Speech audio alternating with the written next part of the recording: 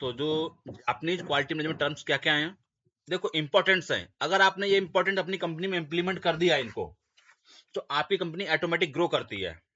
ठीक है, तो जो आपने वीडियो देखी होगी, इसके रिगार्डिंग कोई क्वेश्चंस हैं आपके, वो मेरे से भी पूछ सकते हो, है ना।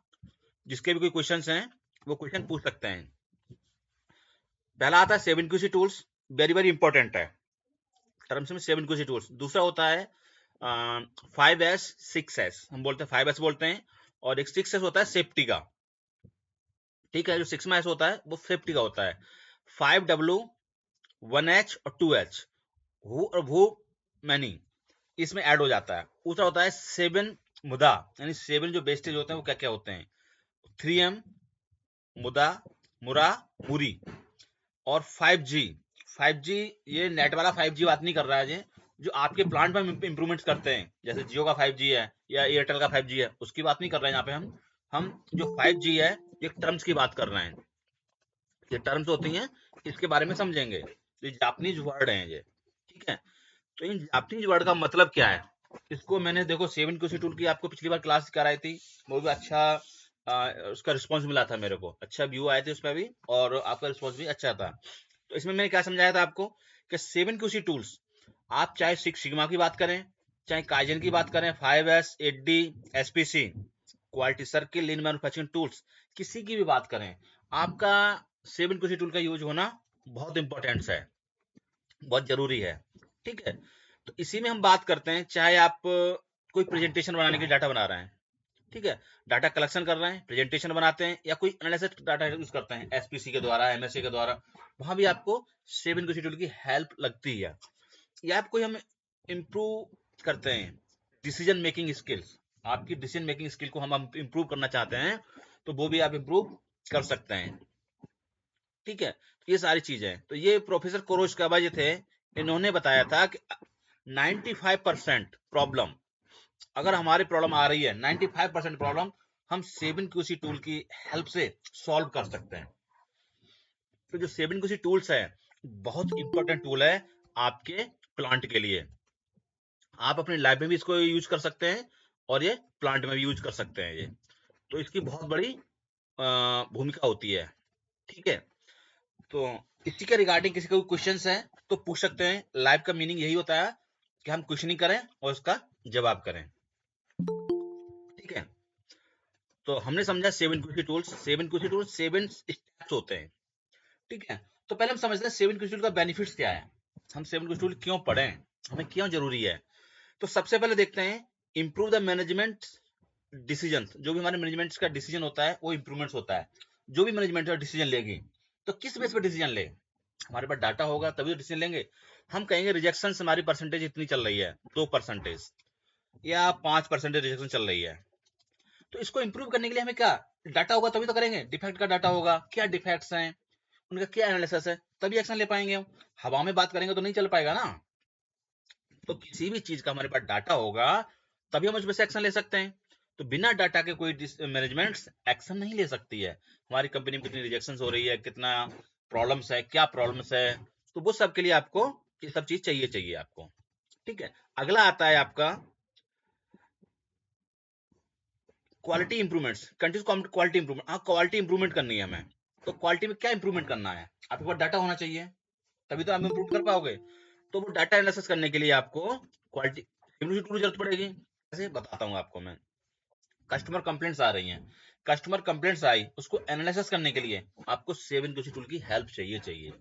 चाहे आप कॉस्ट ऑफ पुअर क्वालिटी की बात करें, चाहे प्रॉब्लम सॉल्विंग की बात करें, चाहे आप प्रोसेस अंडरस्टैंडिंग की बात करें, चाहे कॉस्ट की वेस्टेज की बात करें, चाहे आप डिफेक्ट्स, स्क्रैप, रिवर्क, रिपेयर, किसी की भी बात करें, आपको 7QC टूल की जरूरत पड़ेगी। कैसे, आइए समझाता हूँ। आप मान के चलिए चेक शीट लेते हैं पहले। हमारे पास डाटा कलेक्शन करने के लिए क्या चाहिए, चेक शीट चाहिए। बिना चेक शीट डाटा कैसे कलेक्शन करेंगे, हमारी किस मशीन में कितना डिफेक्ट्स आ रहा है, किस प्रोसेस में क्या डिफेक्ट्स आ रहा है ना। या किसी का अटेंडेंस लेते हैं तब एक चेक शीट बनाएंगे, इसकी अटेंडेंस लिखेंगे रजिस्टर में। या हम जो भी चीज एनालिसिस करें, हमें रिटर्न में डाटा चाहिए, इसलिए चेक लिस्ट, है ना, चेक शीट चाहिए हमें। हमारे पास चेक शीट हो गई है, ठीक है, उस चेक शीट को हम करते हैं हिस्टोग्राम, हमें हिस्टोग्राम बनाना है। फ्रीक्वेंसी देखने के लिए, कौन सी चीज कितनी फ्रीक्वेंसी में आ रही है, या कौन सा डाटा डिस्ट्रीब्यूशन हमारा कर रहा है, वो सारी चीज एनालिसिस करने के लिए हमें हिस्टोग्राम चाहिए। हमारे पास मान के चलिए 200 डिफेक्ट्स हैं। अब 200 डिफेक्ट्स में हम किस पे एक्शन पहले लें, कौन सा डिफेक्ट इंपॉर्टेंट है, कैसे पता करेंगे? तो हम इसको प्रायोरिटाइज करते हैं 80-20 रूल के अकॉर्डिंग। तो इसमें से हम देखते हैं मेजर डिफेक्ट क्या है हमारा, है ना। हमारी जो प्रायोरिटी किसको दें, जो कॉज के लिए हम प्रायोरिटी दें, कौन सा डिफेक्ट मेजर है, उस पर एक्शन लेंगे। तो हम 80-20 रूल करते हैं, उसमें जो डिफेक्ट निकल के आता है मेजर, उसको हम एनालिसिस करते हैं। अब जो डिफेक्ट निकल के आया उसका हमें पॉसिबल कॉजेज चाहिए, वो फाइंड आउट करना है। तो हम क्या करेंगे, identity root cause, cause and effect diagram बनाएंगे, फिशबोन डायग्राम बनाएंगे। उससे फिशबोन डायग्राम बनाएंगे तो हम इसको क्या करते हैं, डिफेक्ट पता लगाते हैं, डिफेक्ट क्यों आया है, वाई एनालिसिस करते हैं इसी में हम। ठीक है, तो इस टाइप से हम एक्टिविटी करते हैं। हमने हिस्टोग्राम पढ़ लिया, अब स्कैटर डायग्राम। अब इसका कोरिलेशन देखना है। मान के चलिए हमारा कोई हार्डनेस है, एक प्रोडक्ट की hardness versus strength, hardness versus strength. हमारे प्रोडक्ट की हार्डनेस बढ़ाने साथ स्ट्रेंथ बढ़ रही है क्या, या हार्डनेस कम हो रही है तो स्ट्रेंथ कम हो रही है क्या? ये सब जजमेंट करने के लिए हम क्या करते हैं, स्कैटर डायग्राम बनाते हैं। हमारी प्रोडक्शन बढ़ रही है, रिजेक्शन बढ़ रही है क्या? तो ये सारी चीजें हमें जजमेंट करने के लिए हम क्या करते हैं, स्कैटर डायग्राम बनाते हैं। अगला करते हैं हम कंट्रोल चार्ट। कंट्रोल चार्ट से क्या करते हैं हम, जो हमारे प्रोसेस में वेरिएशन चल रहा है, हमारा प्रोसेस प्रोडक्शन बना रहे हैं उसमें कितना वेरिएशन चल रहा है, उसको समझने के लिए हम क्या करते हैं, कंट्रोल चार्ट बनाते हैं। यानी क्या है, जो भी मॉनिटरिंग प्रोसेस स्टेबिलिटीज। अब इसको कैसे करेंगे, इसको एक एग्जांपल समझाता हूं मैं कंट्रोल चार्ट को, आपको देखो आपको समझ में आएगा। मान के चलिए जी आपका प्रोसेस था कोई, एक स्पेसिफिकेशन थी 18.2 प्लस माइनस 0.2।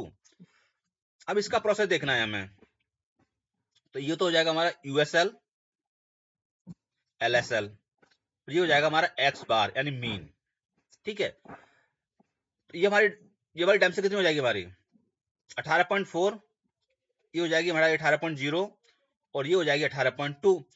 अगर हम इस पर काम करेंगे तो हमारा जहां तक पार्ट पहुंच गया, मान के चलिए जहां तक पार्ट आ गया जी, तो ये पार्ट क्या है हमारा, रिजेक्ट बन जाएगा।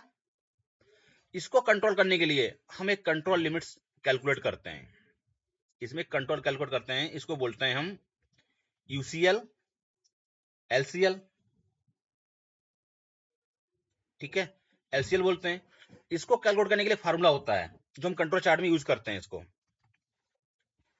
ठीक है, तो उसका फार्मूला क्या होता है, इसके फार्मूला की बात करें, इसका फार्मूला होता है, जैसे हम बात करें पहला यूसीएल के लिए और एलसीएल के लिए, एक्स डबल बार प्लस में A two R bar X double bar minus A two R bar. तो ये हम कंट्रोल चार्ट में पढ़ते हैं पूरा। अभी तो मैं आपको सिर्फ ये समझा रहा हूँ कंट्रोल चार्ट से क्या बेनिफिट्स है और कैसे हम बना सकते हैं ये। तो वही प्रोसेस का वेरिएशन देखने के लिए हम इसका यूज करते हैं। क्लियर?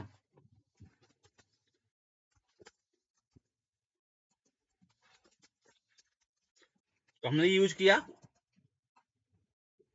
इस टाइप से इसका यूज करते हैं हम। ठीक है, आप कहोगे प्रोसेस का वेरिएशन कैसे पता लगेगा हमें, कंट्रोल चार्ट के द्वारा। जब कंट्रोल चार्ट बनाते हैं तो हम देखते हैं हमारा प्रोसेस कहाँ बिहेवियर कर रहा है, अपर साइड जा रहा है या लोअर साइड चल रहा है या सेंटर में चल रहा है या अप डाउन कर रहा है, कितना वेरिएशन आ रहा है हमारे प्रोसेस में। इसको समझने के लिए हम कंट्रोल चार्ट का यूज करते हैं। क्लियर? ये हो गया कंट्रोल चार्ट। दूसरा होता है फ्लो चार्ट। प्रोसेस का सीक्वेंस समझने के लिए, हमारा प्रोसेस का स्टेप बाय स्टेप प्रोसेस क्या है, कहाँ प्रॉब्लम आ रही है, किस स्टेज में प्रॉब्लम आ रही है, इनकमिंग में आ रही है, प्रोडक्शन में आ रही है, प्रोडक्शन किस जगह आ रही है, ड्रिलिंग टैपिंग चैम्परिंग, है ना। अगर आपके जो भी कंपनी प्रोसेस हैं उस प्रोसेस की बात कर रहा है, कहाँ प्रॉब्लम आ रही है, तो ये सारे हम कंट्रोल चार्ट के द्वारा समझते हैं। ठीक है, तो अब हम इसका एक सार समझें, तो मेन पर्पज क्या है हमारा, data collection, analyse data, identify root cause और मिनिमाइज द रिजल्ट। जो भी आपके प्रॉब्लम्स होती है उसको हमें मिनिमाइज करते हैं। ठीक है, तो ये प्रोफेसर कोर्स का ये भी कहता है कि ये प्रॉब्लम सॉल्व करने में हेल्प करता है, ये प्रॉब्लम को रिड्यूस नहीं करेगा, आपके खुद ही एक्शन लेने पड़ेंगे आपको। ठीक है, तो ये तो हमने समझा 7QC टूल का मीनिंग। तो इसके रिगार्डिंग किसी का कोई क्वेश्चंस है तो वो मुझसे पूछ सकते हैं अभी 7QC टूल के रिगार्डिंग। नहीं है? ठीक है। तो हमने बात करी थी, हाँ बोलिए ललित। सर एक बार स्कैटर डायग्राम को बताओ ना। स्कैटर डायग्राम आपका क्या कोऑर्डिनेशन बताता है, दो एक्सेस के बीच में कितना वेरिएशन आ रहा है उसको समझाने के लिए। म्यूट कर दो, मैं बताता हूँ आपको। नहीं मतलब इसका बोलिए। एक्चुअली यूज क्या है, मतलब स्कैटर डायग्राम का? हम देखो यही देखते हैं दोनों जैसे पॉजिटिव है नेगेटिव है या क्या रिलेशन है दोनों प्रोडक्ट में हमारे में।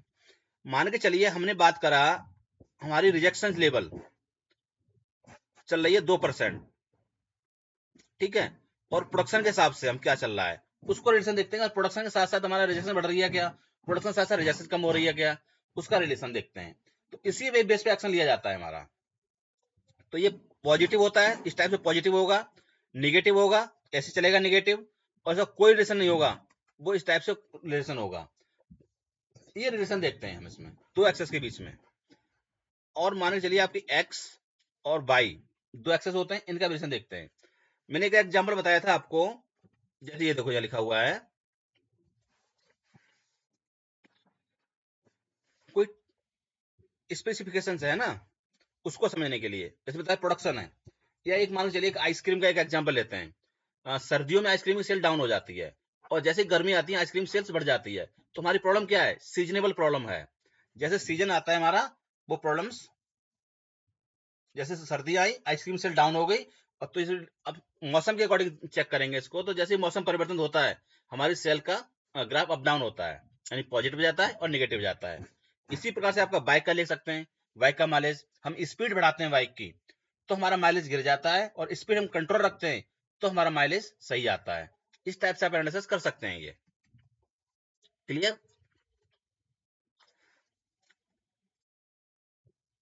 ठीक है, ये होता है। अगला होता है 5S। 5S क्या है, ये भी जापानीज वर्ड है। इसमें क्या है, सीरी, सीटोन, सीसु, सिकेत्सु और सिसुके। तो पहला एस का मतलब है छटनी करना।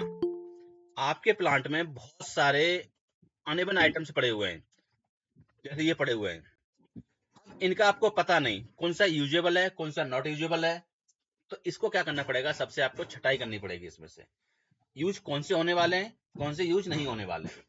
एक सबसे अच्छा एग्जांपल है, आप अपने घरों में क्या करते हैं, गर्म कपड़े होते हैं, एक गर्मियों के कपड़े होते हैं। अब गर्मियों में आप कंबल यूज करते नहीं है तो क्या करते थे, गर्मियों में गर्म कपड़े होते हैं आपके वो बकेट में रख देते हैं। जैसे सर्दी आती है तो आप गर्म कपड़े निकाल लेते हैं और जो आपके क्या बोलते हैं हल्के कपड़े होते हैं वो बकेट में चले जाते हैं। ठीक इसी प्रकार से जो इसमें से आपके यूजुअल पार्ट्स होते हैं, कोई यूजुअल मशीन्स होती है या जो भी एक्टिविटीज होती हैं आपकी, तो प्लांट में वो छटाई करनी है। जो चीज आपकी काम की है वो रखनी है, अनावश्यक चीजें उनको हटाना है। ठीक है, तो ये तो आपका होता है सीरी में। अब हमारा आता है सीटोन। इसमें क्या कहते हैं, सिस्टमैटिक अरेंजमेंट्स। अब आपने जैसे कपड़े लिए अलमारी में ऐसे भर दिए तो उसका कोई मीनिंग नहीं होता, आप तय लगा के लगाते हैं। इसी प्रकार से आप अपनी कंपनी में जो भी सामान है, जो भी एक्टिविटीज है, जो भी प्रोडक्शन है, वो सारा सिस्टमैटिक तरीके से रखना है आपको। ठीक है, अरेंजमेंट करके। एक एग्जांपल दिया है, अगर आप ये चीज को एक किसी बिन में रखेंगे तो उसमें से ढूंढने में समय लगेगा आपको।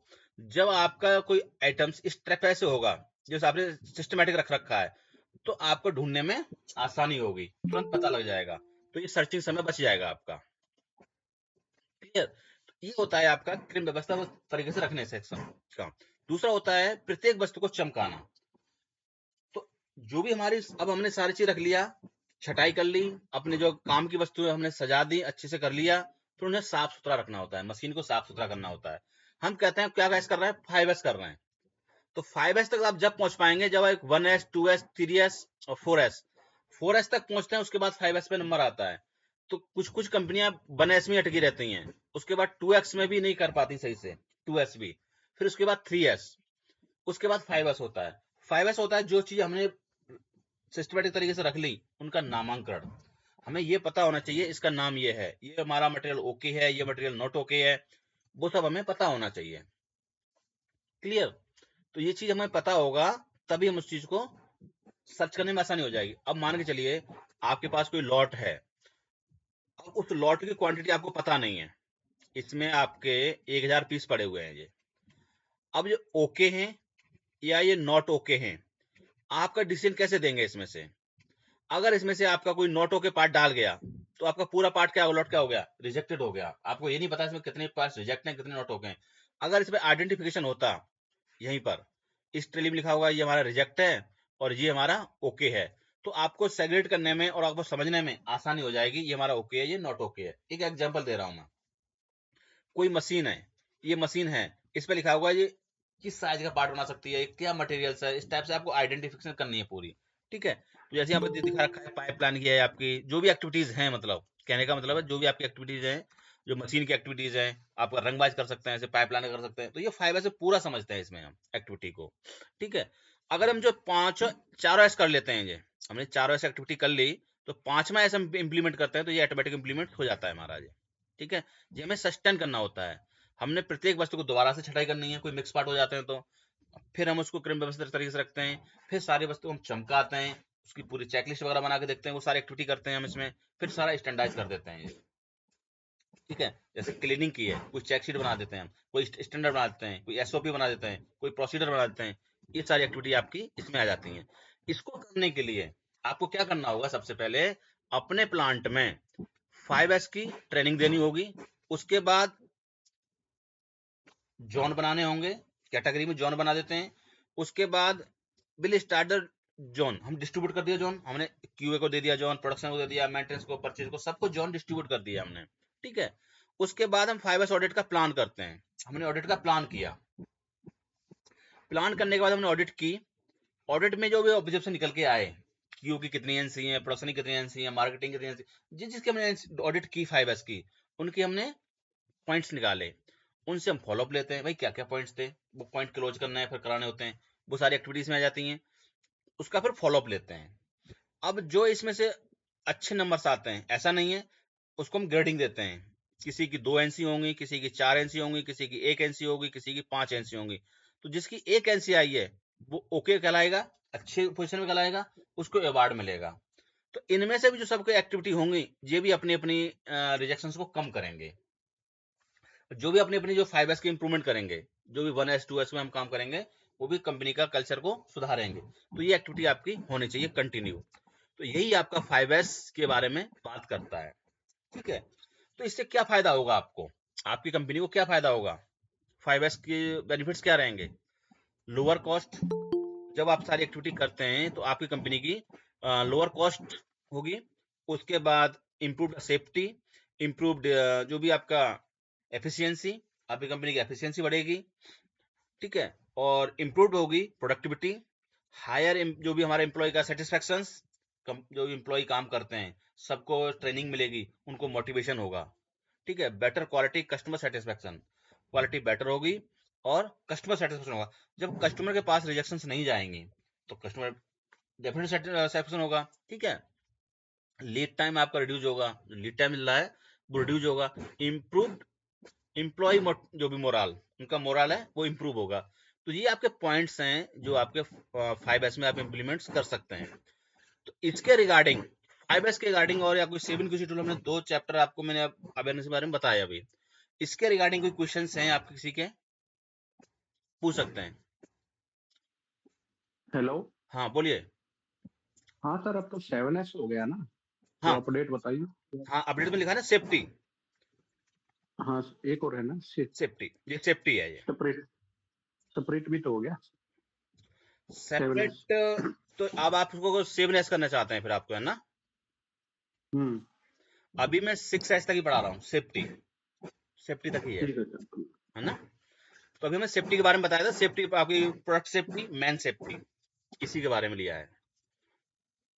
अब ऐसे तो 8S भी कर दो उनको, 10S भी, इतना भी आपने इम्प्लीमेंट कर लिया अगर अच्छे से, तब भी आपका प्लांट काफी सफिशिएंट हो जाता है, अगर एक्चुअल में इम्प्लीमेंट कर दिया तो। ये 6S भी, पहले 5S था, अब हम 7S करेंगे, ठीक है? तो ये भी आप इम्प्लीमेंट करते हैं, जो भी आपके सफिशिएंट होते हैं। तो और कोई क्वेश्चन है किसी के इसके रिगार्डिंग? नहीं, ठीक है। इससे मेन पर्पस क्या होता है?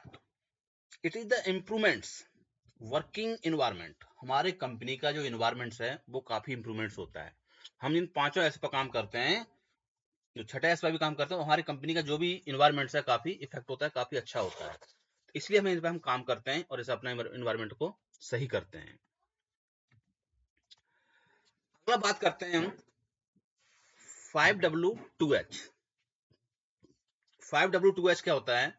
तो जो भी हमारा मैनेजमेंट टूल हेल्प करता है, ये भी जो भी कोई प्रॉब्लम आ रही है उस प्रॉब्लम को सॉल्व करने में काफी हेल्प करता है। कैसे हेल्प करता है, इसका एक एग्जांपल्स लेते हैं। तो पहले देखते हैं हमारे प्रॉब्लम क्या है। What is the problem, where the problem कहां से आएगी हमारी, उसका गोल्स ऑब्जेक्टिव्स पहले देखेंगे। हमारी प्रॉब्लम का गोल क्या है, ऑब्जेक्टिव क्या है। मान के चलिए आपने देखा हमारी रिजेक्शन जो परसेंटेज है 2% होनी चाहिए, वैसे तो 0 होना चाहिए, हमने टारगेट दिया रिजेक्शन का 2%। अब रिजेक्शन हमारी कंपनी में आ रही है 3%, हमारा गोल था 2% का, वो 3% आ गई, हमारी प्रॉब्लम होगी। ये प्रॉब्लम होगी नहीं होगी हमारी? अब ये प्रॉब्लम क्यों आई, किस लोकेशन पे आई, है ना, ये किस लोकेशन प्रॉब्लम आई, क्या प्रॉब्लम आई है, ये डिपेंड डिपार्टमेंट से देखेंगे, किस डिपार्टमेंट में आ रही है, कहाँ प्रॉब्लम आ रही है, मतलब एक एक्टिविटी देखेंगे किस मशीन पे आ रही है, किस प्रोडक्ट में आ रही है। हमारा ओवरऑल दिया हमने 2%, हमारा 1% रिजेक्शन बढ़ गया। इसको एनालिसिस करेंगे किस टाइम में आई, किस डेट आई, शेड्यूल क्या है, ये डिक्लेरेशन करेंगे पूरा। इसकी रिस्पॉन्सिबिलिटी किसकी थी, एक्शन क्या है इसका, उसके बाद जस्टिफिकेशन देना पड़ेगा इसको, इसका कोई बेनिफिट्स क्या है इसके, मतलब कैसे हमने काम किया तो उसका बेनिफिट क्या है, उसकी एक्टिविटीज क्या है, मेथड्स क्या है, प्रोसेस क्या है, कॉस्ट ऑफ क्वालिटी इंश्योरेंस, ये सारी एक्टिविटी हमें करनी पड़ेगी स्टेप बाय स्टेप। तो इसका एक एग्जांपल दिया गया है, ये एग्जांपल देख सकते हैं कि आपने कोई एक डाया लिया, मान के चलिए ये डाया है मेरा 18.2, ये ओवर साइज की प्रॉब्लम आ रही है। स्पेसिफिकेशन हमारा क्या था, मान के चलिए 18.2 प्लस माइनस 0.2 था ये, ठीक है। अब इस डाया की वजह हमारा डाया बन गया 18.8। अब ये क्या हो गया, हमारा ओवर साइज हो गया। अब इसके लिए हमें एक्शन लेना है, तो इसको एक्शन समझने के लिए हम क्या करेंगे, तो ये प्रॉब्लम क्यों आई, तो ये प्रॉब्लम क्यों आई, इसका रीजन क्या, वाई क्या है, tool worn out the before life, life से पहले टूल को ये क्या हो गया, खराब हो गया, वेयर आउट हो गया। भाई ये टूल क्यों वेयर आउट हो गया, वाई फिर हमने किया, वन वाई किया। भाई इसका मतलब क्या है, अनदर टूल यूज किया था हमने, जो टूल हमने डिजाइन किया था, जिस ग्रेड का मटेरियल का टूल यूज किया था, वो टूल यूज करके हमने दूसरा टूल यूज किया। भाई अदर टूल क्यों यूज किया, इस टाइप से। भाई other tool brand tool use क्यों किया, तो ये हमारे स्पेसिफाइड टूल था बट नॉट अवेलेबल, वो टूल अवेलेबल नहीं था, और प्रोडक्शन नेसेसरी था, कस्टमर का शेड्यूल भेजना था, ये सब प्रॉब्लम थी।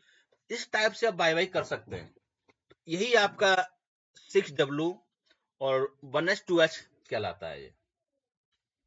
ये क्लियर है, जो हमारी प्रॉब्लम्स आई है उसको समझने के लिए ये एक्टिविटी हम इसमें करते हैं। ये प्रॉब्लम देखते हैं हम, भाट, वेयर, व्हेन, हु, व्हाई, ना हाउ मच, इस टाइप से आप पूरी एक्टिविटी करके देखते हैं हमारी प्रॉब्लम कहाँ आ रही है और इसको कैसे सॉल्व करेंगे, इसके लिए पूरा एनालिसिस करते हैं ये। तो इस टाइप से आप एनालिसिस करके जाएंगे तो रूट कॉज तक पहुंचना होता है, हमारी रूट कॉज हमारा क्या निकल के आएगा, उस रूट कॉज को एनालिसिस करके हम देखते हैं, उसको इंप्लीमेंट करते हैं। तो इसके रिगार्डिंग कोई क्वेश्चन है विक्की? No sir. क्लियर है ना, ये तो आपने इंप्लीमेंट करते हैं, नो सर। तो ये टाइप से तो आप ये करते हैं इंप्लीमेंट, है ना। अगला आता है 5G, जो लीन मैन्युफैक्चरिंग टूल है, ये भी आपके प्लांट में काफी इंपॉर्टेंट होता है। आप सबसे पहले देखते हैं गेम्बा, आपने गेम्बा कहते हैं गेम्बा किया हमने, तो गेम्बा क्या होता है, द एक्चुअल प्लेस पे जाके देखेंगे। जैसे वो हमारा टूल वेयर आउट हुआ 18.2 प्लस माइनस 0.2 था, अब ये 18.6 बन गया, क्यों बना, उसको कैसे हैपनिंग हुई, कैसे बना, ये सब फ्लोर पे जाके देखेंगे आपको प्रॉब्लम को, वर्किंग प्लेस पे देखेंगे किसकी गलती थी, टूल की गलती थी या ऑपरेटर की गलती थी, ऑपरेटर ने सेटअप गलत दे दिया था, क्या प्रॉब्लम थी, उसको एनालिसिस करना पड़ेगा हमें। तो वही कह रहा है, तो फिजिकल लोकेशन पे जाके देखना पड़ेगा आपको वर्क प्लेस पर।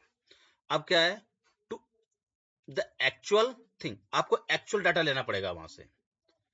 तो जो भी प्रोडक्ट का, टूल का, मटेरियल का, जो भी आपका एनवायरमेंट क्या है, understand of the real situation. Real situation कब पता लगेगी, जब हम गैम्बा करेंगे, मशीन पे जाके देखेंगे, तभी आपको पता लगेगा। टूल प्रॉब्लम थी, हो सकता है मटेरियल में भी प्रॉब्लम हो आपकी, उसने तो कह दिया टूल भी आउट हो गया हमारा, हो सकता है मटेरियल हार्ड आ गया हो, उस मटेरियल हार्ड की वजह से टूल जल्दी भी आउट हो सकता है। हो सकता है कोई एक्सीडेंट हो गया हो सकता है इंसर्ट भी खराब हो गई हो, ऑफसेट ज्यादा दे दिया हो उसने। तो वो सारी चीजें आप वहां जाके देखेंगे, तो इसका ऑब्जर्व देखेंगे वहां पे, एक्चुअल प्रोडक्शन के देखेंगे, वहां पे टूल देखेंगे, मशीन देखेंगे, मटेरियल देखेंगे पूरी।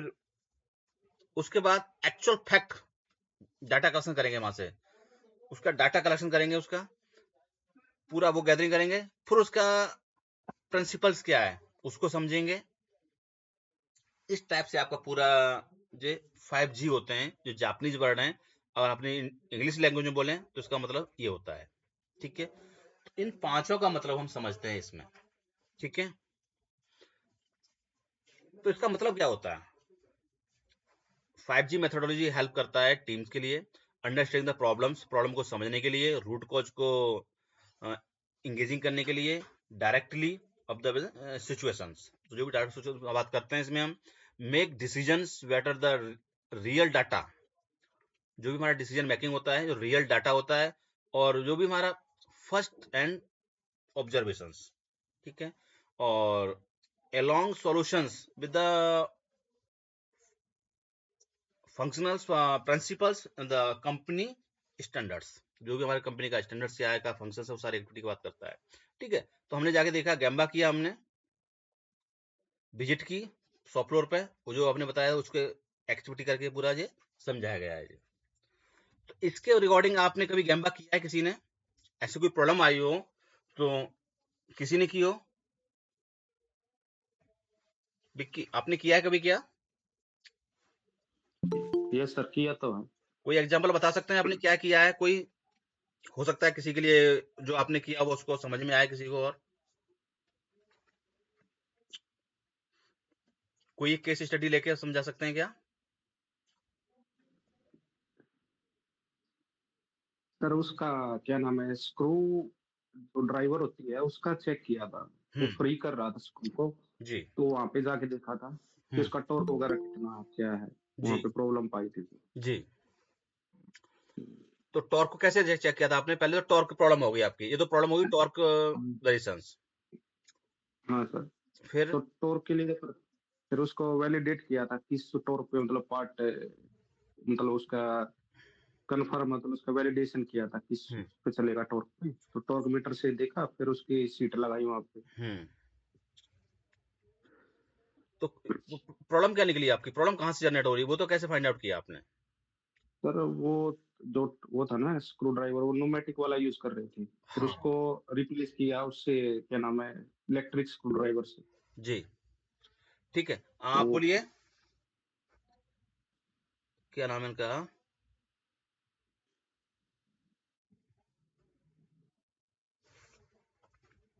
बोलो। हेलो। हेलो। हाँ बोलिए। हाँ जी सर। हाँ बोलो चंदन। हाँ दीपचंद। मैं ये बोल हम्म। हाँ सर, मैं ये हाँ सर, मैं ये बोल रहा था, इसके अंदर है ना, 5 प्रॉब्लम से जैसे जनरेट होती है, तो कुछ जैसे ये चेक किया, हम्म। तो जैसे कोई भी प्रॉब्लम आ गई, तो हम्म। उसके बारे में जैसे उसको वहां जाके एक एग्जैक्ट पॉइंट पे देखोगे जी। कि क्या हो रहा है क्या नहीं हो रहा, और जी। किसकी वजह से हो रहा है ये। जी। फिर वहां से पॉइंट व्यू निकालोगे कि हाँ कि ये निकला है, जी। तो इसका सॉल्यूशन क्या निकलेगा कि ये जी। दोबारा जनरेट ही ना हो उसकी वजह से। जी। तो ये पॉइंट निकाल के फिर उसकी जो लास्ट सॉल्यूशन होता है वो निकालना पड़ता है उससे। जी। गुड। आपने मतलब ट्रेनिंग का फायदा लिया है आपने, मतलब वही है कि इसमें क्या है कि आपने पूरा समझा है इस चीज को, कि जो हमारी प्रॉब्लम्स आई उसको पूरे प्रॉब्लम को फाइंड आउट करेंगे, एक्चुअल में क्या प्रॉब्लम है उसको हम सीआईडी करेंगे। सीआईडी वाले क्या करते हैं, कोई हाँ केस जी। आता है। जैसे हम्म। बोलिए। हाँ, जैसे एग्जाम्पल तौर पे जैसे देखें, हम्म। तो एक रेडियस आउट हुआ, जी तो रेडियस आउट हुआ तो वहां जाके देखिए कि रेडियस आउट की प्रॉब्लम अपने पास जनरेट हो चुकी है। जी तो ये हुई क्यों है? जी तो वहां जाओगे तो वहां जाने के बाद पता चला कि जैसे कि अपना पुशर जी है ना, हम्म पहले 2 क्लैंप पे कर रहा था वो, जी है ना, तो उसके 3 पॉइंट पे क्लैंप नहीं कर रहा था वो। जी तो पुशर जैसे ही उसको क्लैंप करेंगे तो वहां से ना जैसे चिप वगैरह वहां लग जाती थी, जी तो उसको चिप को निकलने की जगह मिल नहीं रही थी। तो पीस आउट आउट क्लैंप कर रहा था उसमें। जी जैसे ही आउट क्लैंप कर रहा था, तो जैसे ही पुशर को 3 पिन पे हमने लगा दिया उसको, तो अब उसमें जगह मिल गई उसको चिप को निकलने के लिए। तो ये देखेंगे कि हाँ कि अब निकल सकता है, नहीं निकल सकता। तो उसमें फिर जैसे ही निकलने की हो गया तो वो अब आउट नहीं क्लैंप होगा वो। हाँ, तो इसी प्रकार से आप केस स्टडी किया आपने, मैंने पूरा जो इसका आप प्रॉब्लम हम्म आ रही थी उसका पूरा एनालिसिस किया, फिर उसका आपने एक्शन लिया, इम्प्लीमेंट किया। हम्म तो ये हम्म आप कर सकते हैं। और कोई ऐसा है जी किसी ने जो किया हो, किसी ने भी, अदर कोई? अमित, म्यूट है आपका अमित, म्यूट हो रखा है, अनम्यूट करिए। हाँ, बाबर साहब, आप कर सकते हैं, बता सकते हैं, बता बोलिए, अनम्यूट करिए आप भी। विशाल, ठीक है। तो आप इस टाइप से प्रॉब्लम को देख सकते हैं, एनालिसिस कर सकते हैं। गैम्बा का पर्पज ही वही होता है कि हम रियल प्लेस पे जाके रियल थिंग को देखेंगे, रियल फैक्ट को देखेंगे, और उसका जो भी हमारे प्रिंसिपल्स ऑफ द ऑपरेशंस उसको देखेंगे, और उसका स्टैंडर्डाइज हम करेंगे प्रॉब्लम को। जो सर एक हमारी प्रॉब्लम आई थी, हमने गैम्बा किया था हाँ सर। एक प्रॉब्लम आई थी, वो सील में स्प्रिंग मिस आ रही थी, जी कस्टमर से प्रॉब्लम मिली थी। तो हमने देखा कि वो स्प्रिंग मिस कहाँ से है। तो पता चली वो सप्लायर से, या सप्लायर से हम कहाँ पकड़ सकते हैं उसको। हम रियल प्लेस पे गए अपने ऑपरेशन पे, वहाँ फिर हमने देखा जी इस पे तो यहाँ से ये प्रॉब्लम है, यहाँ पकड़े नहीं जा रही। पकड़ने के लिए हमने सेंसर लगाया, वहाँ जी सेंसर लगाने के बाद फिर हमें चेक किया मास्टर पीस से, क्या पकड़ पा रहा है सेंसर, नहीं पकड़ पा रहा है। तभी हमने फिर कस्टमर को वो लिख के दे दी, कापा वगैरह करके दे दिया। हाँ, तो आपने पहले क्या कही, उस प्रॉब्लम कहाँ से स्प्रिंग मिस हो रही थी, तो आपने रियल हाँ प्लेस पे जाके स्प्रिंग देखी। उसके हाँ जी बाद सर। रियल थिंग आपने देखा कि बाकी में यहाँ पे सेंसर लगाया, सेंसर की जरूरत है, जी आपने सर। सेंसर लगाया, उसका इफेक्ट लिया, उसने हाँ स्टैंडर्डाइज कर जी। दिया। आपने ओप्पो का सेंसर लगा के आपने उसको स्टैंडर्डाइज करके उसका कोई एसओपी लगाई होगी, ओपीआई लगा दिया होगा, वो सब चेक हाँ चीज बना के आपने परफेक्ट कर दिया होगा उसका ये। जी गुड। सर। हाँ, तो इसी टाइप से आपको पूरा स्टेप बाय स्टेप कोई प्रॉब्लम आ रही है तो रियल प्लेस पे जाके उसको एनालिसिस कर सकते हैं। गेम्बा का मतलब ही यही होता है। देखो, हमारा इसको मीटिंग का मतलब ही यही है, ऑनलाइन मीटिंग का। हम ऑनलाइन क्लास करते हैं, ऑनलाइन मीटिंग करते हैं, तो इसका पर्पज यही होता है कि हम इस प्रॉब्लम को समझें और डिस्कस करें। अब इसमें से 5-6 लोग हैं हम, या 10 लोग हैं, तो जितने भी लोग हैं हम, अब जितने पर्सन पार्टिसिपेट हैं, तो अब जब हम प्रॉब्लम को डिस्कस करेंगे तभी हमारी नॉलेज होगी। ऑनलाइन का पर्पज यही होता है। बाकी डाटा तो बहुत है यूट्यूब पे, बाकी गूगल पे भी डाटा बहुत पड़ा हुआ है।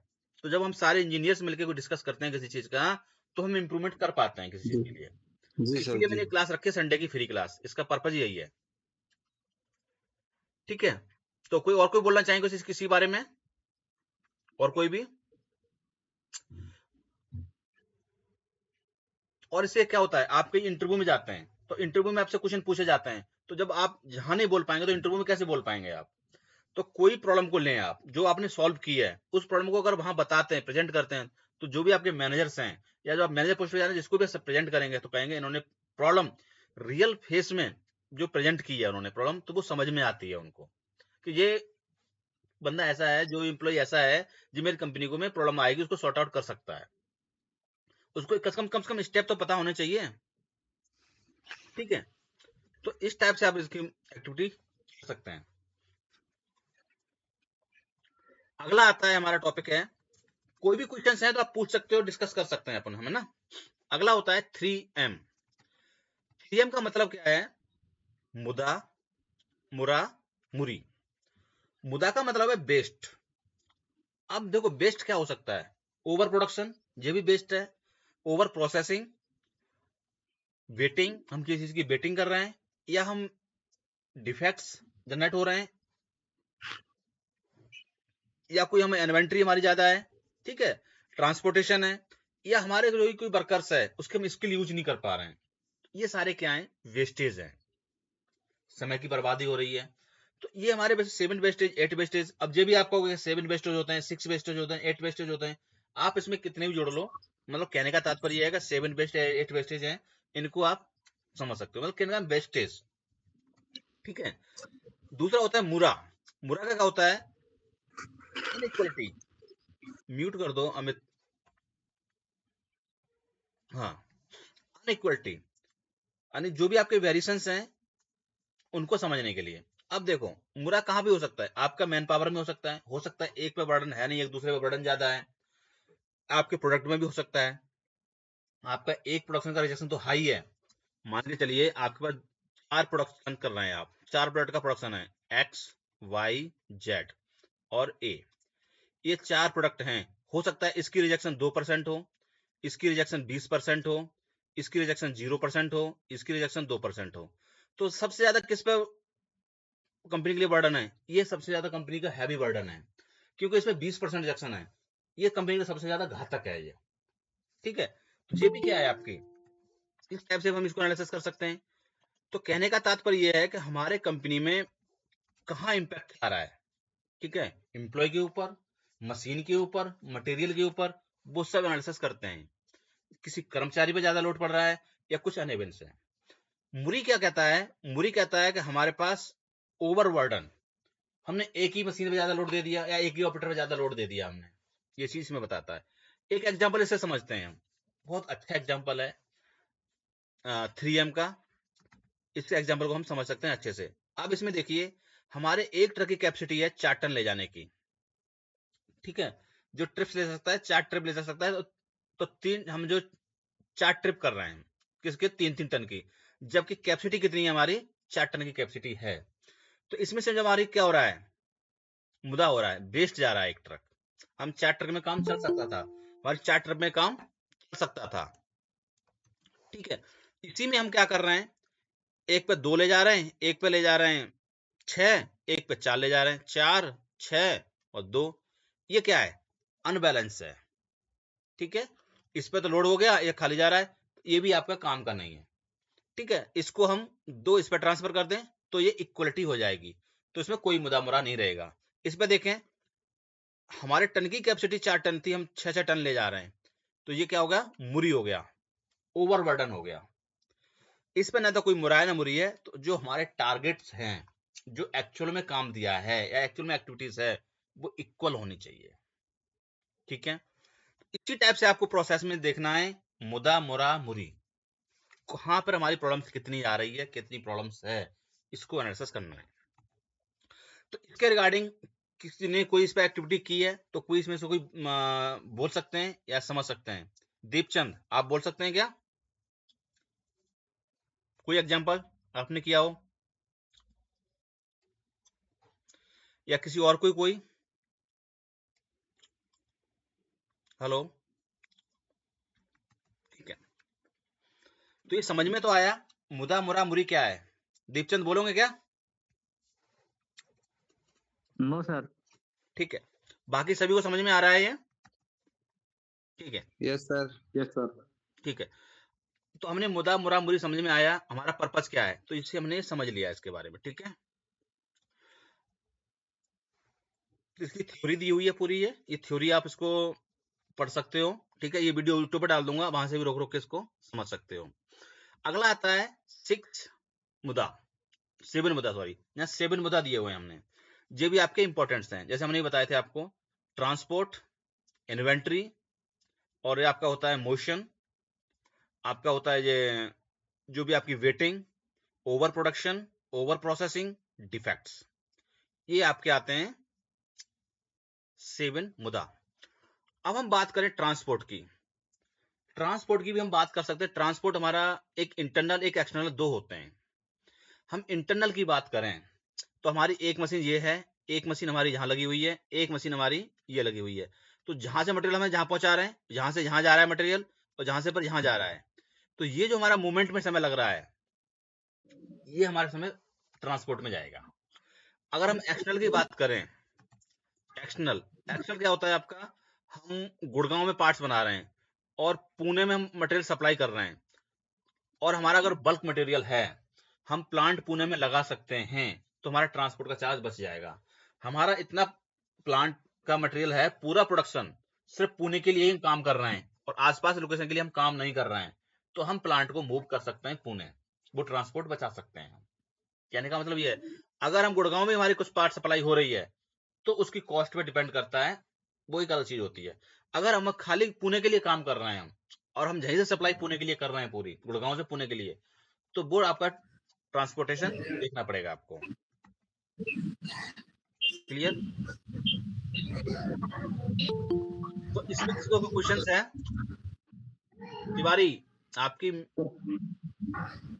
सर अब तो डाउन टाइम हो गया ना ये, आपने नॉन यूटिलाइजेशन टैलेंट रह गया इसमें। हाँ, वो डाउन टाइम कह सकते हो उसको भी। डाउन टाइम आपका अलग चीज होती है वैसे। डाउन टाइम मशीन ब्रेकडाउन में आता है आपका। नहीं, टाइम वुड पहले था, अब डाउन टाइम हो गया ना। हाँ, डाउन टाइम आ गया।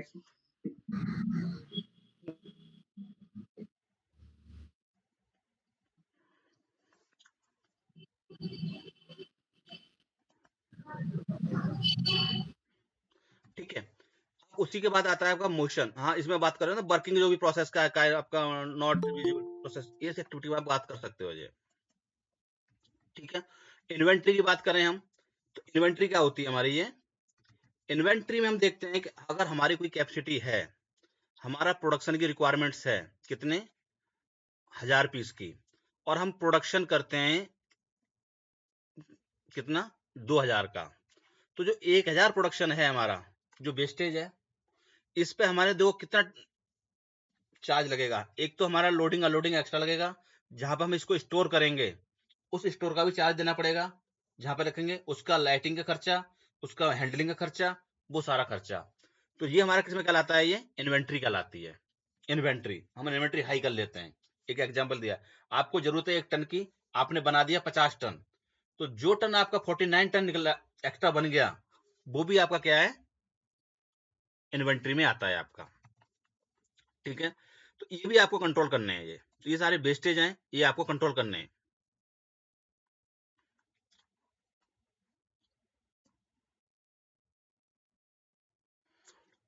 कुछ होता है unnecessary movements. Motion, unnecessary movement का मतलब होता है कि कोई फालतू में ही हम इधर से उधर ले जा रहे हैं पार्ट को, वो भी मूवमेंट्स आते हैं आपके। ठीक है, बेटिंग की अगर बात करें हम, तो बेटिंग में आपका सबसे मेन भूमिका करता है बोटल नेक। जो हमारे प्रोसेस में बोटल नेक है, तो हमारा प्रोसेस में वेटिंग होगी। कैसे? मान के चलिए 1 machine, 2 machine, 3 machine, 4 machine, 5 machine, ये हमारी 5 मशीन हैं।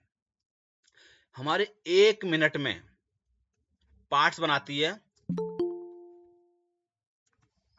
1 मशीन।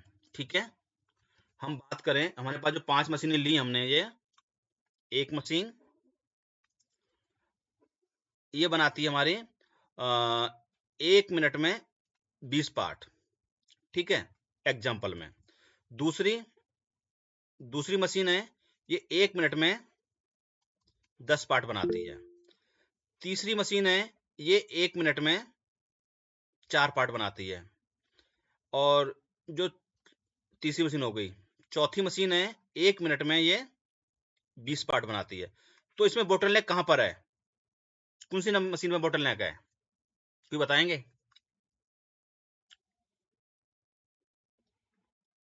हेलो, आपके 3 नंबर में 3 नंबर बोटलनेक। 3 नंबर। परफेक्ट। तो 3 नंबर की प्रोडक्शन हाई करने के लिए हमें क्या करना पड़ेगा? उस मशीन की कैपेसिटी बढ़ानी पड़ेगी, या हमें जहां पे हमें मशीनें ज्यादा करनी पड़ेंगी। यही है ना? तो हमें जहां पे बेटिंग करनी पड़ेगी, किसको? इस मशीन को बेटिंग करनी पड़ेगी। जहां पे जहां ये तो पूरा कर देगा, इसको जहां बेटिंग तो नहीं करनी पड़ेगी, जहां बेटिंग करनी पड़ेगी हमें, क्योंकि 20 पार्ट बना रही है, जिस 4 ही पार्ट बना रही है 1 मिनट में, जहां में बेटिंग यहाँ पे हो जाएगा हमारा ये। ठीक है, इस टाइप से हमारा बेटिंग होता है। तो इस टाइप से अपने प्रोसेस में बेटिंग देख सकते हैं कहां बेटिंग है। क्लियर? तो जो भी हमारी बेटिंग होती है, हम इस टाइप से समझ लेते हैं waiting. Over processing, over processing का मतलब होता है कि हमारे पास हम फोर्जिंग कर रहे हैं, तो हमें रिक्वायरमेंट है 18.2 की एक शाफ्ट बनाने के लिए। एग्जांपल दे रहा हूं मैं। ठीक है, अब इसका ओवर प्रोसेसिंग करने के लिए हमने साफ्ट हमें ले लिया, हमने एक जो फोर्जिंग किया उसका डाया ले लिया हमने 40 mm, जबकि फाइनल चाहिए हमें 18.2। एग्जाम्पल बता रहा हूं मैं, ठीक है। तो इसमें से हमारा क्या होगा, सारा ओवर प्रोसेसिंग होगा। हमें 18.2 बनाने के लिए 40 का हमने अगर फोर्जिंग किया तो इसमें से हमें बार बार ग्राइंडिंग करनी पड़ेगी, बार बार हमें टर्निंग करनी पड़ेगी, उसमें ओवर प्रोसेसिंग करना पड़ेगा। इस टाइप से इसको कंट्रोल करने के लिए आपको क्या करना पड़ेगा, इसकी जो फोर्जिंग करनी है हमें कम से कम लेना है, तो हम 20 mm की फोर्जिंग बना सकते हैं, तो हमारा सही रहेगा। अगर मैं 40 की बनाई तो ये क्या हो जाएगा, ओवर प्रोसेसिंग कहलाएगा इस टाइप से। तो इस टाइप से और भी प्रोसेसिंग हो सकते हैं, ये देखिए एग्जांपल बताया मैंने। तो इसमें कोई एक एग्जांपल बता सकता है, अगर कोई कंपनी से पूछे, आपसे पूछा कि भाई एक बताइए ओवर प्रोसेसिंग का कोई आप ऑपरेशन बताइए, तो आप क्या बताएंगे इंटरव्यू में? आपसे पूछा कोई ओवर प्रोसेसिंग का एक एग्जांपल दीजिए, तो आप क्या एग्जांपल देंगे? कोई बता सकता है?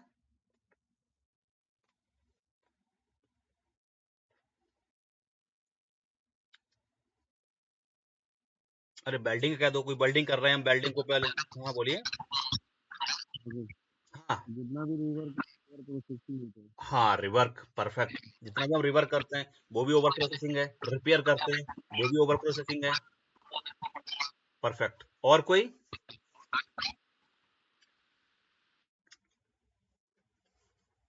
ठीक है। तो जितने भी हमारे ओवर प्रोसेसिंग मतलब है, जो भी हम प्रोसेस नहीं करना होता उस प्रोसेस को हम एक्स्ट्रा कर रहे हैं, ये भी हमारे ओवर प्रोसेसिंग में आते हैं। डिफेक्ट्स, डिफेक्ट जनरेट होते हैं, तो ये भी सारी एक्टिविटी आपकी कहलाती हैं, इसी के अंतर्गत आती हैं ये। ठीक है। तो अगर हमने इसमें बात कर ली अपने प्रोसेस में, जो आज मैं पढ़ा रहा हूँ, इतने टूल आपने इंप्लीमेंट कर दिए, तो मैं 100% कह सकता हूँ आपका प्लांट काफी अच्छा हो जाएगा और आपका काफी अच्छा कंपनी में वैल्यू हो जाएगी, अगर इसमें से कुछ भी पॉइंट्स आपने इंप्लीमेंट कर दिए तो। विक्की सही बोला क्या, मैंने गलत बोला? वो सही बोल रहे हैं हाँ, बिल्कुल। है ना। तो अगर ये हमने इतने पॉइंट्स मैंने पढ़े हैं आज हमने आपने, तो हम जो पॉइंट को हम इंप्लीमेंट करते हैं अपने प्लांट में, तो काफी सफिशिएंट रिजल्ट्स मिलते हैं हमें। तो हमने क्या क्या पॉइंट्स पढ़े, मैं एक एग्जांपल बता देता हूँ आपको, जो मैंने आपको स्टार्टिंग में बताया था कि ये हैं हमारे 7 क्विकी टूल्स। 7 क्विकी टूल्स हम कोई प्रॉब्लम को सॉल्व कर सकते हैं। उसके बाद 5S या 6S बोलते हैं इसको, अब आप कह रहे हो 7S, तो 7S यूज कर सकते हो उसको। बाकी आप इतना भी यूज कर लें, ये भी आपके सफिशिएंट है। बाकी 5W, 1H, 2H हो गए, इसको कोई 3H भी करोगे, 3H भी कर सकते हो, मतलब 2H तक काफी है। 6 मुदा, 3M मुदा मुरा मुरी, और 5G। तो ये हमारे 6 टूल हैं, जो कि जापानीज क्वालिटी मैनेजमेंट टर्म्स बोलते हैं इसे हम, जो हम इंप्लीमेंट कर सकते हैं, तो इससे हमें काफी प्लांट के लिए हमारा सफिशिएंट होते हैं, इनको इंप्लीमेंट हम कर सकते हैं। तो ये मैंने टूल बताए थे, अगर आप इनको सीखते हो आप, तो काफी इंप्रूवमेंट्स कर सकते हो। तो वेस्टेज के लिए हम क्या करते हैं, अब देखिए 2 प्रकार के भी 7 वेस्टेज में बात करते हैं। एक तो होता है वैल्यू एडेड, एक एक्टिविटी कर रहे हैं, इसको हमारी वैल्यू एडेड होती है। एक होती है नॉन वैल्यू एडेड एक्टिविटीज, वो हमारा क्या होता है, पूरा वेस्ट टाइम, जैसे हम रिवर्क कर रहे हैं, वो नॉन वैल्यू एडेड एक्टिविटी है। ठीक है। एक होती है non value added but required, non value added activities but required. जैसे हम कोई इंस्पेक्शन करते हैं, फाइनल इंस्पेक्शन करते हैं, वो क्या होती है वैल्यू हमारी, नॉन वैल्यूड एक्टिविटी है। हमें जरूरत नहीं है इंस्पेक्शन करना, हम प्रोडक्ट ही ऐसा बनाए ना, हमें इंस्पेक्शन की जरूरत ही ना पड़े। हम ऐसा मशीन से प्रोडक्ट ही ऐसे प्रोड्यूस करें जिससे हमें इंस्पेक्शन की जरूरत ही ना पड़े, बट वो रिक्वायर्ड है। ठीक है। तो वैल्यू एडेड कौन होती है, जो कस्टमर उसका पैसा देता है हमें, और जिसका पैसा नहीं देता वो नॉन वैल्यूड एक्टिविटीज कहलाती है। तो ऑप्टिमाइजेशन, जो भी हमारे रिसोर्सेस हैं उनको ऑप्टिमाइज करना, increase the profitability, higher quality goods and services, improve delivery time, ये सारे हमारे 7 वेस्टेज की बात करते हैं हमने, जो हमने बात की, उनकी ये एक्टिविटीज कहलाती है। तो जी हम कहाँ कहाँ यूज कर सकते हैं इसको, अपनी मैन्युफैक्चरिंग और लोकेशन में कर सकते हैं, कुछ सप्लायर चेन में कर सकते हैं, ऑफिस में कर सकते हैं, प्रोजेक्ट मैनेजमेंट में ये एक्टिविटीज कर सकते हैं। तो इन सब का एक एक एग्जांपल्स मैंने दिया हुआ है।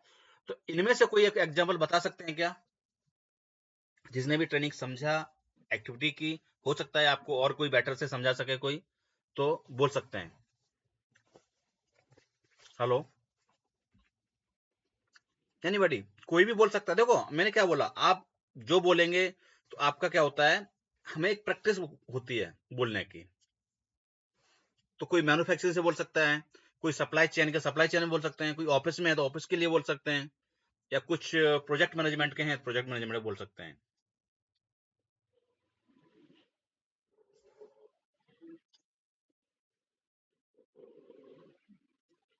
ठीक है, तो ये तो ट्रेनिंग मेरी इतना ही मैंने आज का पॉइंट रखा था। ये ट्रेनिंग मेरी यहाँ पे होती है फिनिश। अगर इसमें से कुछ क्वेश्चन पूछना है आपको तो क्वेश्चन पूछ सकते हैं। और वैसे मेरी लाइव क्लास भी चलती रहती हैं, तो ये लाइव क्लास सारी कराता रहता हूँ मैं। तो जो भी क्लास भी आपको कुछ करनी है तो वो भी आप ज्वाइन कर सकते हैं। अगर आपको किसी कंपनी में कंसल्टेंसी करवानी है तो वो भी करवा सकते हैं, वो भी मैं करवाता हूँ। ठीक है, चाहे आपका ISO से हो 14,001, 45,001, 27,001, है ना, IATF, VDA 6.3, ये सब एक्टिविटी आप कंपनी में करवा सकते हैं। 6 सिग्मा इंप्लीमेंट करवा सकते हैं। ठीक है, बाकी ये ट्रेनिंग भी चलती रहती है मेरी, वो ट्रेनिंग भी ले सकते हैं आप। कोड टूल की ले सकते हो, प्रॉब्लम सॉल्विंग टूल की, MIS एनालिसिस कैसे करते हैं, वो सारी एक्टिविटीज करते रहते हैं। और आपको अगर कोई नेक्स्ट ट्रेनिंग चाहिए वो कमेंट बॉक्स में लिखना यूट्यूब पे, तो मैं उस पर भी अगर नेक्स्ट मीटिंग से संडे को क्लास हम ले लेंगे। और देखो, हमारा लाइव क्लास का मीनिंग यही होता है कि हम लोग इस पर डिस्कस करें। सब तो फायदा है लाइव क्लास का, बाकी का इसका कोई मीनिंग नहीं बनता है फिर तो, है ना। तो आगे से हम जी जुड़ेंगे, सर। तो हम आगे से जुड़ेंगे संडे को, तो हम कोई डिस्कशन लेके आएंगे, कोई पॉइंट लेके आएंगे। हेलो हाँ बोलिए। सर, मुझे IATF का पूरा कोर्स चाहिए करना है सर। हाँ, तो मेरे को व्हाट्सएप पे कमेंट करना, मैं आपको पूरा करवा दूंगा, है ना। ठीक है सर। Okay, okay sir. ये सर है, इसमें हम डिस्कस करें इस क्लास में, संडे क्लास रखते हैं इसमें। तो इसके रिगार्डिंग और भी कोई किसी क्वेश्चंस हैं तो पूछ सकते हैं, अदरवाइज मीटिंग को हम क्लोज करेंगे फिर। सर इसका कितना होगा? हम्म ट्यूशन फीस कितनी है सर इसकी IATF की? IATF पे डिपेंड करता है कौन सा कोर्स ले रहे हैं आप, है ना। जी जी सर। नहीं, इसके 7 कोर्स है सर, ये टोटल सीखना है मुझे IATF का। हाँ, तो मैं आपको पूरा डिटेल में भेज दूंगा, आपको जौन सा कोर्स करना है उसमें से बता सकते हो। ठीक है, ठीक है सर। व्हाट्सएप नंबर सर यही है ना आपका?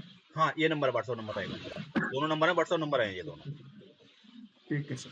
ये नंबर दिया है ना, इसमें से मेरे को। Hello sir. हाँ बोलिए।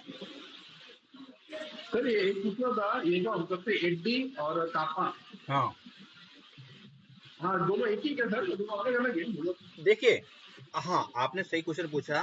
ये देखिए, कापा, AD, A3, है ना, और कहीं बोलते हैं इसको A3, और QPCR। हाँ QPCR भी बोलते हैं कहीं से, रेड बिन, है ना, रेड बिन एनालिसिस, और ये सब अलग अलग नाम से जाना, एक ही चीज है ये। हम इसमें प्रॉब्लम सॉल्व भी करते हैं इसमें से, है ना। कहीं PDCA बोल देते हैं, कहीं PDCA, plan do check act. इसमें सब में क्या करते हैं, प्रॉब्लम को एनालिसिस करते हैं। इसी में corrective action preventive action find out करते हैं। ठीक है, इसी में हम वाई एनालिसिस करते हैं इसी में। तो ये सब एक ही चीज है, बस अलग अलग नाम से, अलग अलग थोड़े से टर्म्स थोड़े से अलग अलग हैं, बाकी मतलब सबका एक ही है।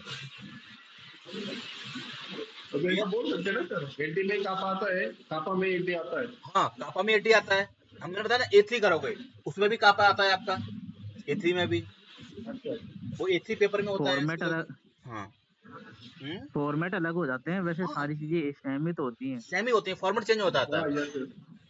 बस फॉर्मेट चेंज होता है इनका। बस फॉर्मेट चेंज होता है। ये सब चीज का मीनिंग एक ही है ना। सबका मतलब ही वाई वाई होता है, और क्या। बस प्रॉब्लम सॉल्व करना होता है, मतलब हमारी प्रॉब्लम आई उसको सॉल्व करना है। हम्म तो अलग अलग कंपनियां यूज करती हैं, है ना। हम्म कुछ कंपनी को फॉर्मेट्स होते हैं, अलग अलग फॉर्मेट यूज करते हैं। AD का फॉर्मेट कुछ कंपनी में थोड़ा बहुत डिफरेंस मिलेगा, है ना। तो वो सब होता है। उसमें सिस्टम लगा दिया, उसमें सिस्टम, एक सिस्टम मांग लेते हैं कि सिस्टम में क्या है क्या नहीं है, सिस्टम के कोई कुछ क्या कर रहे हो आप, वो वाला मांग लेते हैं बस AD का प्रॉब्लम में। ठीक है, ADOM कंपनी मांगती। जी जी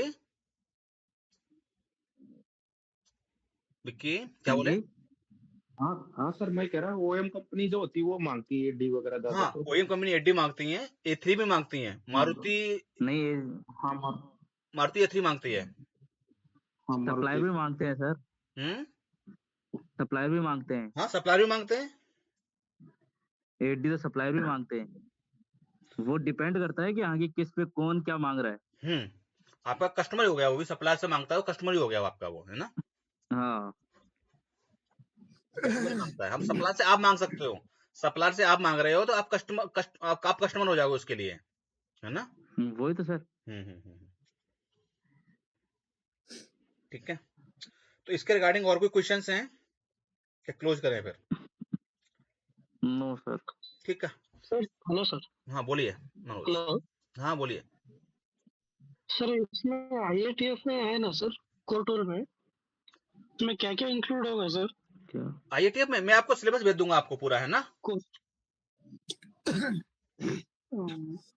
ठीक है ओके सर। ओके, मेरे को व्हाट्सएप पर कमेंट कर देना, ठीक है। Okay sir. ठीक, ठीक है ओके। सर बोलिए दीपचंद। सर सर मेरे को गैम्बा का ये गैम्बा और 5G है ना, ये 5G वाला, और ये एक 5W है ना, 1H 2H, इसका मेरे को PDF भेज देना सर।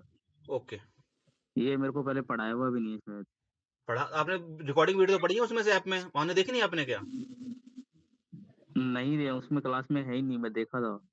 नहीं है उसमें, अपलोड कर दूंगा उसमें फिर मैं, नहीं है सर मेरे तो पास। इसमें ऐड कर दूंगा उसमें। हाँ आपको दूसरे वाले बैच में ऐड कर हाँ, दूंगा, है उसमें ना। ऐड कर देना।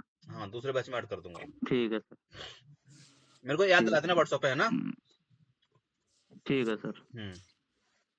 सर आपके वो 200 क्वेश्चन पढ़े थे, बहुत अच्छे थे, तो जी? आगे भी बनाओ कुछ। कौन सा? आपने जो 200 क्वेश्चन नहीं बनाए थे क्वालिटी से रिलेटेड, वो अच्छे थे, थोड़ा और मतलब 200 से आगे बनाओ कुछ। ठीक है, वो भी मेरे को मतलब कमेंट और कर ऐड देना, मैं करो। आपको बता दूंगा। मेरे को आपने क्या अच्छा लगा उसका स्क्रीनशॉट भेज देना मेरे को, है ना, किस टाइप से है। ठीक है सर। हाँ ठीक चलेगा, ठीक है।